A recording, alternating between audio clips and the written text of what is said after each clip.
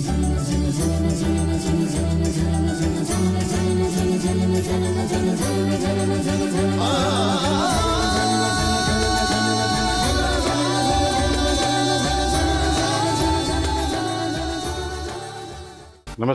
मैं Rajiv Ranjan Sinha, CPRO Damodar Valley Corporation. Welcome you all on this first episode of विकास की बात DVC के साथ. The whole episode is dedicated to the leaders of Damodar Valley Corporation. As you all know, Damodar Valley Corporation is serving our country for the last 77 years. And during this time, DVC has continuously trying to contribute to the development of nation and trying hard to uplift the social life of Damodar Valley region. So, on this first episode, we will start with the most respected chairman, Damodar Valley Corporation, Mr. S. Suresh Kumar, IAS. Sir, the whole team welcome you on this first episode of विकास की बात DVC के साथ. Thank you, Rajiv ji. So, as everybody knows, that Damodar Valley Corporation is continuously working for the last 77 years. So, can you tell us about DVC goals and mission and how they are helping guide the company in today's changing energy world? In the current context, what we have noticed is that the power sector is undergoing a rapid transformation. Every 3 to 4 weeks, हर महीने पे कुछ ना कुछ तो नया आदेश आते हैं. Regulator से नया कुछ करने के लिए तो आदेश आते हैं. नया टेक्नोलॉजी आ रहा है और इतना ऑटोमेशन के लिए एम्फोसिस आ रहा है. It is becoming extremely difficult to cope with all this. तो इट इज़ एक्सट्रीमली इम्पॉर्टेंट अपना जो मैन पावर जो है, they also are more or less capable of handling these challenges. Principally, what I have noticed actually is the emphasis now coming up is on decarbonization, which means that all sectors, whichever they are, thermal, solar, whichever sector, decarbonization is very important. हम लोग decarbonization करने के लिए कुछ ना कुछ तो प्रयास करना ही पड़ेगा. This is first. Second, actually, I have noticed is that there is a lot of emphasis on digitalization. Her cheese, everything is now digitized, everything is now processed through an IT system or through an OT system.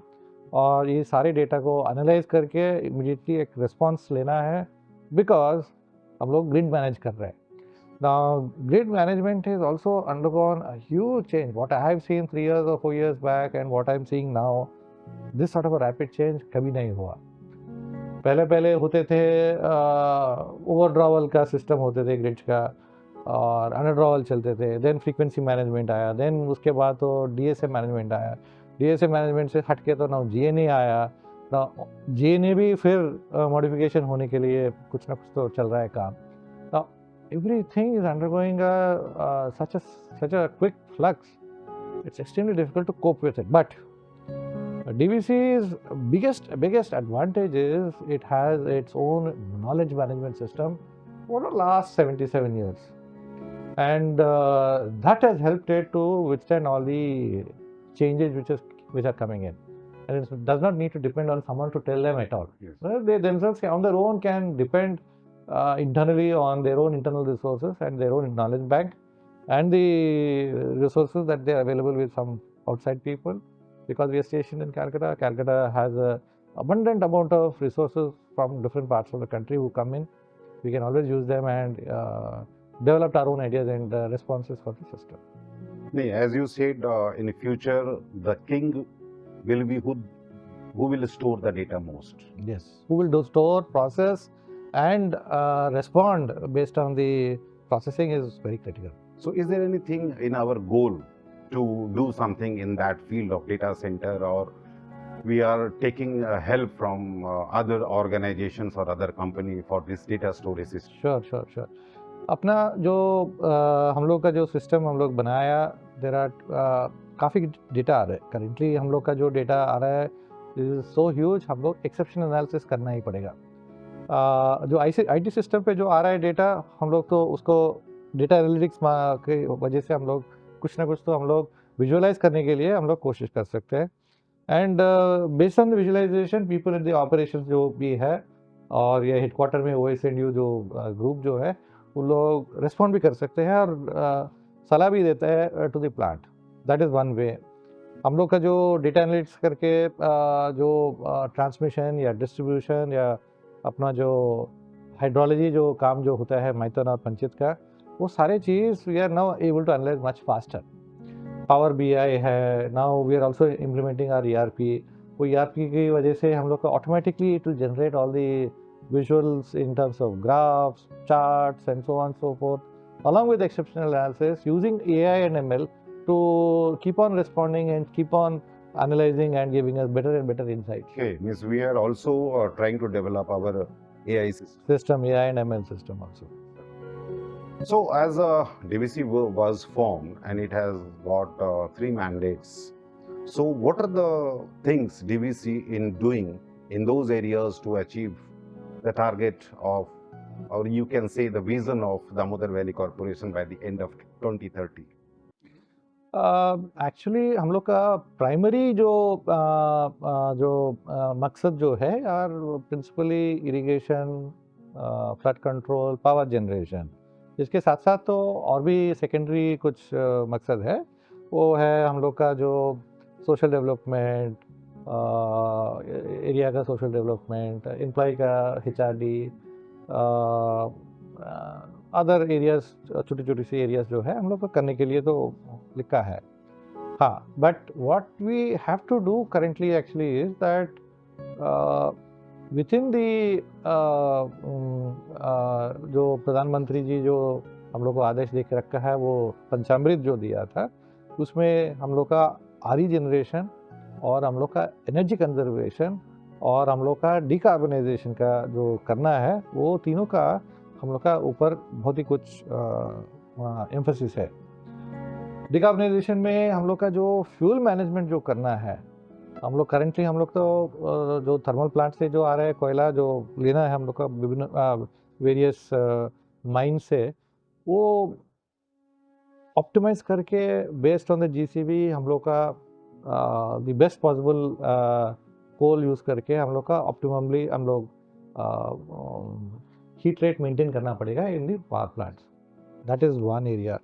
Second है हम लोग का जो environmental responsibility जो है, उसमें से हम लोग का बहुत ऐश तो जमती है, बिकॉज 40% से ज़्यादा हम लोग का ऐश कंटेंट है हम लोग का कोयला पे, तो इसको तो डिस्पोजल भी करना है।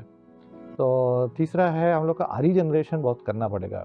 करेंटली हम लोग का RE जनरेशन ज़्यादातर 20 या 25 मेगावाट का ही है, वो भी हम लोग का रूफटॉप का जितना है उतना ही है। हम लोग तो नया टेंडर जो करना है वो हम लोग करेंगे हम लोग का पानी के ऊपर।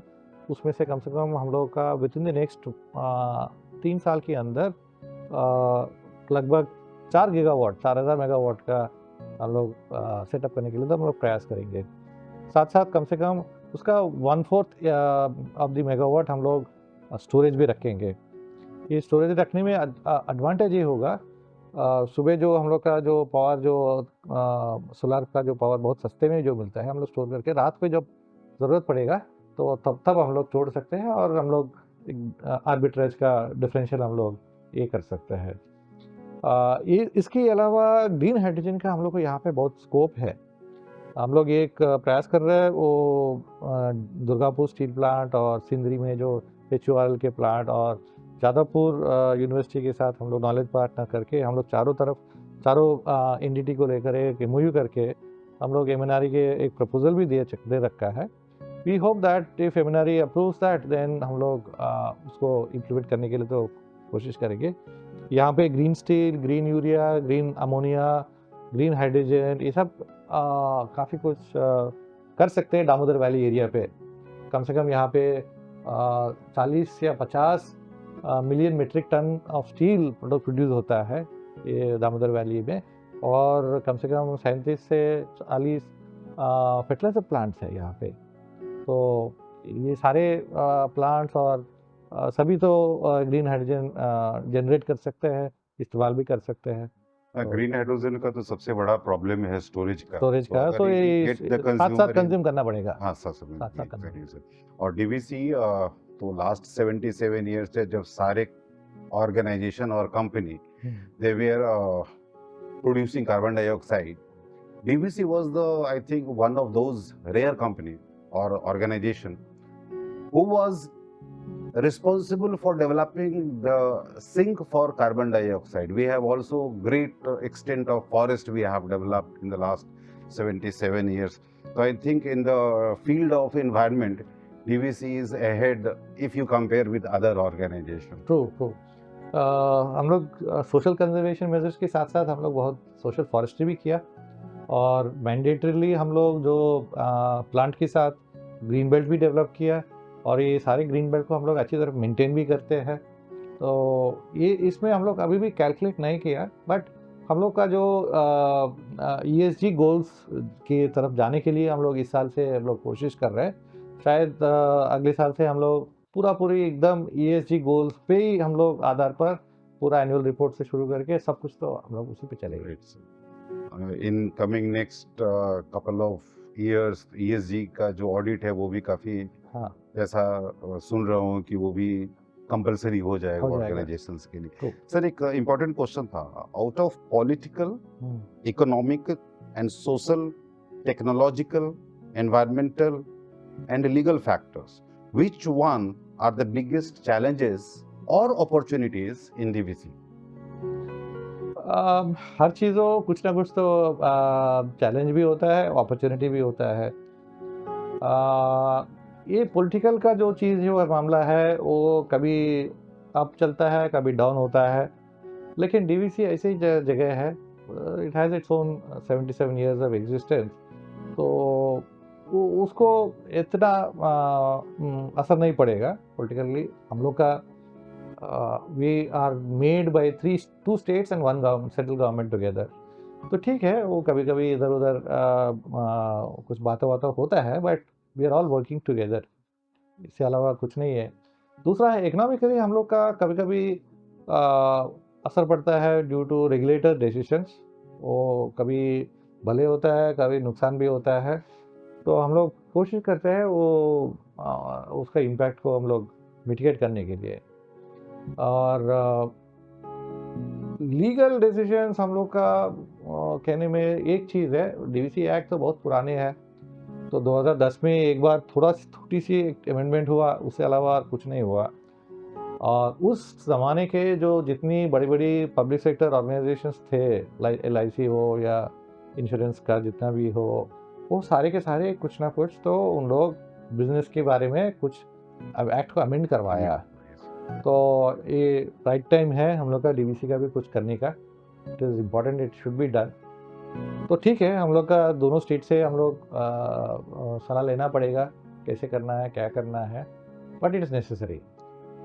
Sir, I think I request you to elaborate something on a renewable side. What are the main target or you can say vision for DVC, and what are the process we are going to adopt to achieve those targets? हम लोग का जो renewable energy के target जो है वो कहता है अभी जो सेंट्रल गवर्नमेंट का जो आदेश है, 25% of our generation has to be through renewable means. तो हम लोग इसको RGO ऑब्लिगेशन कहते हैं। तो हम लोग का 6700 मेगावाट का जो भी है उतना 25%, 1/4, 1500 से ज़्यादा से 1700 लगभग हम लोग ये रिन्यूएबल से लेना पड़ेगा। अभी हम लोग जो कर रहे हैं, हम लोग का कुछ ना कुछ तो PPA करके हम लोग चल रहा है, but PPA is not the worthwhile option. हम लोग जो करना है अपना प्लांट लगवाना पड़ेगा। लेकिन अभी जो टेक्निकली जो प्रॉब्लम जो चल रहा है इंटरस्टेट ट्रांसमिशन स्कीम का वजह से, जो बाहर वाली जो पावर जो है राजस्थान या गुजरात से जो जनरेट होके आ रहा है उसमें कोई चार्ज नहीं है, तो इसीलिए बहुत ही सस्ते पे आ जाते हैं। ओपन एक्सेस नहीं, वो नो ट्रांसमिशन चार्ज की वजह से यहाँ पे कोई प्लांट लगवाने के लिए कोई नहीं आ रहा है, मैंने इकोनॉमिकली वाइबिलिटी नहीं आ रहा है। तो सुना है भाई दिस ईयर जुलाई से वो एवरी ईयर 25% से घटेगा वो ट्रांसमिशन का जो ISTS का जो नियम जो है, तो 25% चार्जेस तो लागू करेगा। तब शायद हम लोग का यहाँ आरी प्रोजेक्ट करने के लिए कोई कुछ होगा। अभी हम लोग 770 मेगावाट का फ्लोटिंग और ground mounted solar NTPC GVRL के साथ हम लोग एक मैंने जॉइंट वेंचर करके हम लोग काम चालू किया है। लेकिन हम लोग हमको जो लग रहा है अपना जैसे हम लोग करते हैं उतना हम लोग का ही अच्छा होगा, भले होगा। तो it is best that internally हम लोग जनरेशन करना ही बेटर होगा। This is important. दूसरा है जितने हम लोग जनरेट करेगा कुछ ना कुछ तो हम लोग स्टोर भी करना पड़ेगा। Yes, sir. That is required. I was about to ask about what are the things DVC is planning to do. अभी हम लोग का 235 मेगावाट का स्टोरेज का निकल गया टेंडर लास्ट वीक में, और भी बाकी है कुनार का, तिलैया का भी हम लोग निकाल देंगे। निकालने में एडवांटेज ये होगा, ये स्टोरेज करके हम लोग बेच सकते हैं आर्बिट्राज मार्फत। हम लोग अपना ज़मीन जो है almost 30,000 acres all over the state of West Bengal and Jharkhand तो है, तो उसमें काफ़ी कुछ जगह पे हम लोग ग्राउंड माउंटेड सोलर लगा सकते हैं। इसके अलावा काफ़ी कुछ बंजर जगह है पुरुलिया धनबाद एरिया पे, वो सब एरिया पे हम लोग कोशिश कर सकते हैं ग्राउंड माउंटेड सोलर लगाने के लिए। इसीलिए वहाँ पे हम लोग का ट्रांसमिशन लाइंस तो काफ़ी जाते रहते हैं, तो इतना खास खर्चा नहीं पड़ेगी। वहाँ से हम लोग पूलिंग सबस्टेशन करके वो ISTS पे डालने के लिए, तो ये एडवांटेज हम लोग का है। हाँ, जो ट्रांसमिशन लाइन का जो कॉरिडोर होता तो है उसमें भी हम लोग यूज कर सकते हैं। So at the last but very most important question that where do you see Damodar Valley Corporation by the end of 2030 or 31? DVC का 2-3 जगह पे हम लोग लॉट ऑफ एम्फोसिस देना पड़ेगा। जब तक ये नहीं करेंगे हम लोग का काम पे बढ़ नहीं पाएंगे। सबसे मोस्ट इम्पॉर्टेंट चीज़ है एग्जीक्यूशन का। हम लोग तो आइडियाज़ के लिए तो बहुत है, बोलने के लिए तो बहुत है, जब तक ये आइडिया का एग्जीक्यूट नहीं होता है then it is very difficult. और हम लोग का जो एग्जीक्यूशन साइकिल जो है ये बहुत ही लंबी है, हम लोग को इसको कंप्रेस करना पड़ेगा। And until unless something is really done, it will not translate into anything profit or any action for the DVC. This is the first area. Second area है हम लोग का जो ह्यूमन रिसोर्सेज डेवलपमेंट जो करना है वो काफ़ी निगलेक्टेड है, वो हम लोग का तो इम्प्रूव करना पड़ेगा इमीडिएटली। अपना जो प्लांट में या हेडक्वार्टर में जो भी है, ये जो नया जो चीज़ जो आ रहा है टेक्नोलॉजिकली एवं और इकोनॉमिकली फाइनेंशियली, ये सब चीज़ों को उन लोग का एक्सपोज करना पड़ेगा, तभी उन लोग का कॉन्फिडेंस आएगा, तभी उन लोग का एक आइडिया आएगा, विजन आएगा, हम लोग ये सब कर सकते हैं। And they do all the hitchhiking. Idea के ऊपर आइडिया पे ऊपर का हम लोग का कर सकते हैं। These are the two areas we have to really emphasize on. Otherwise जो हम लोग जो प्लान करके रखा है एक्सपेंशन पे, थर्मल एक्सपेंशन या RE एक्सपेंशन या स्टोरेज, बैटरी स्टोरेज एक्सपेंशन या ग्रीन हाइड्रोजन का जो एक्सपेंशन जो हम लोग सोच के रखा है, ये सभी होगा जब तक हम लोग का एग्जीक्यूशन नहीं हो। Because all the project cost is involved in there. It has to be done in the fastest possible time, तभी हम लोग का प्रॉफिट आएगा। So audience, it was the great session with the first man of Damodar Valley Corporation, our most respected chairman, Mr. S. Suresh Kumar IAS, and we are all hopeful that under his leadership, Damodar Valley Corporation is going to achieve what we have dreamed about. It was all from our side. Thank you. It was a great, sir. Thank you for accepting our invitation to join this first episode of the podcast.